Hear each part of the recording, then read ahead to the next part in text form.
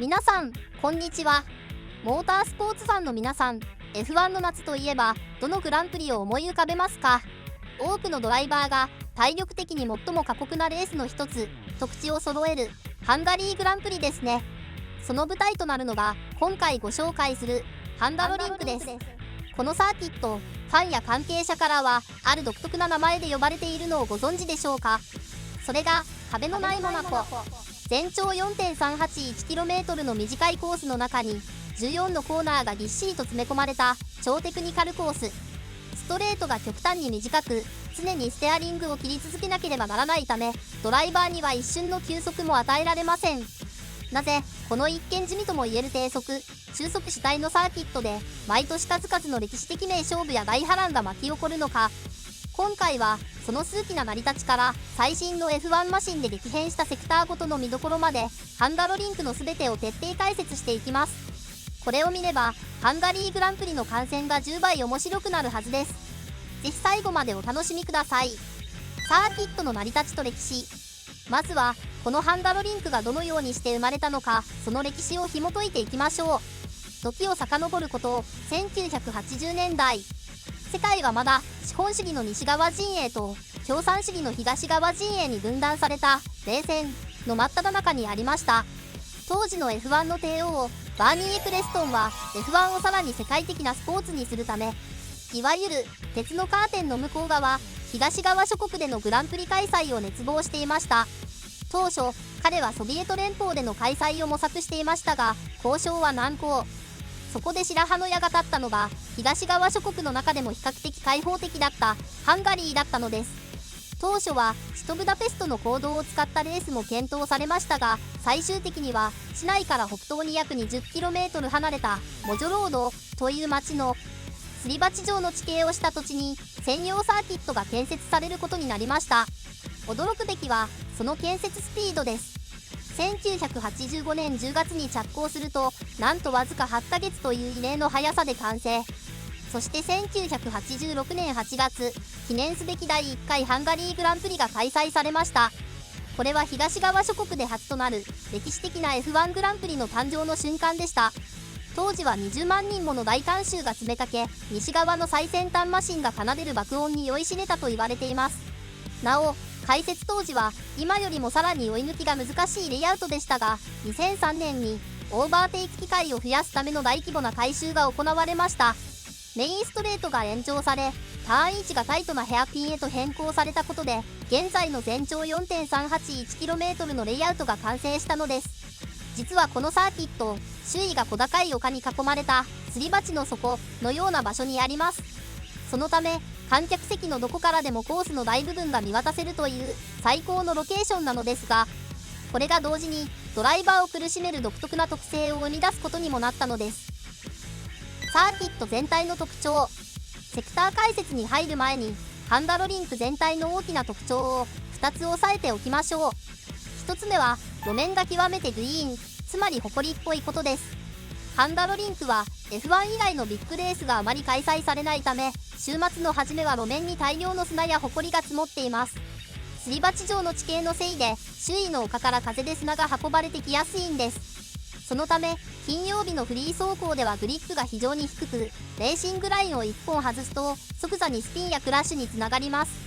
セッションが進むにつれて路面にゴムが乗る路面の進化、トラックエボリューションが年間カレンダーの中でも最も大きいサーキットの一つです。2つ目は過酷な熱帯レースになることです。開催される7月から8月のハンガリーはヨーロッパの夏真っ盛り。周囲を丘に囲まれているため風が通りにくく、コース上はまるでオーブンのようになります。気温35度以上、路面温度に至っては50度を超えることも珍しくありません。モナコ並みにタイトで休む暇がない上に殺人的な暑さ。マシンにもそしてドライバーの体力にも限界ギリギリの走りが要求される。それがハンガロリンクの本質なのです。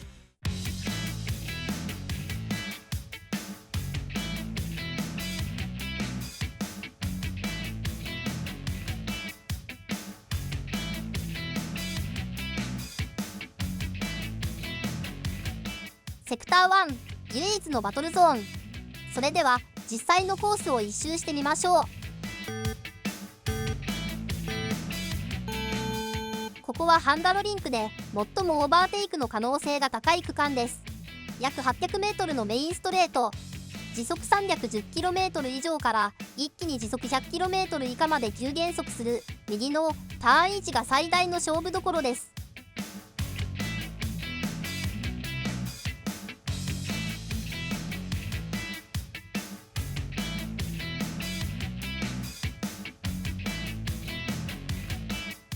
ターン位置は下り坂のヘアピン形状になっており、イン側が大きく開いているため、ブレーキング勝負で見事な飛び込みが見られます。ラインが複数あるため、アウト側からかぶせたり、クロスラインを仕掛けて抜き返したりするシーンも定番です。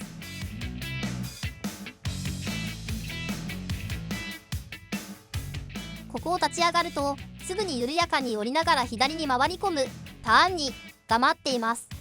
ここは非常にワイドな複合コーナーで、ターン位置でインを差し切れなかったマシンがアウト側から並びかけて並走を続けるスリリングなバトルが展開されます。2021年にエステバン・オコンが初優勝を飾った際も、このセクター位置で発生したスタート直後の混乱をうまく切り抜けたことが大きな勝因となりました。続くターン3は加速しながら抜けていく高速の右コーナー。ここをクリアすると、いよいよハンダロリンクの真骨頂セクター2へと突入します。セクター2、リズムが命の超テクニカル区間。ここは一言で言えばリズムゲーム。一つのミスが続く全てのコーナーの遅れに直結する最もドライバーの腕が試されるセクションです。セクター2の始まりとなるターン4はこのコースで最もスリリングなコーナーの一つ。上り坂の頂点にあるため先が全く見えないブラインドの高速左コーナーです。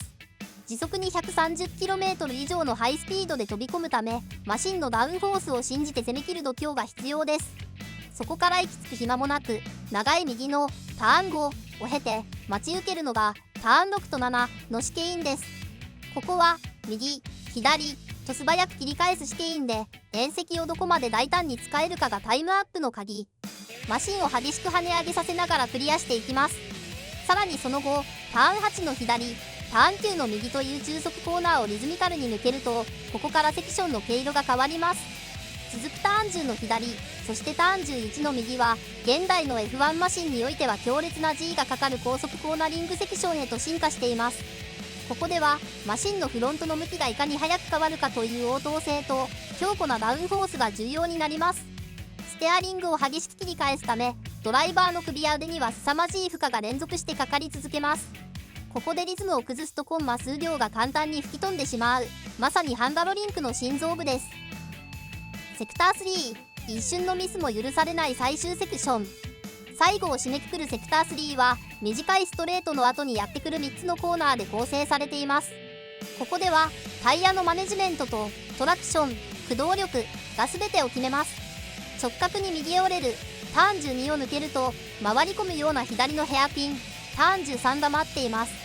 ここまで激しいコーナリングを続けてきたため、この時点でリアタイヤはオーバーヒート寸前。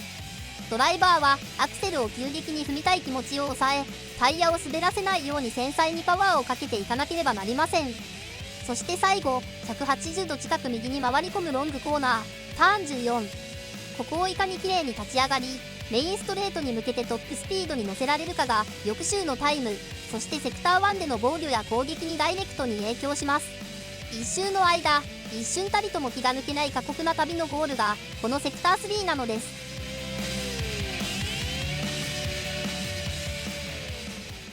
まとめエンディング、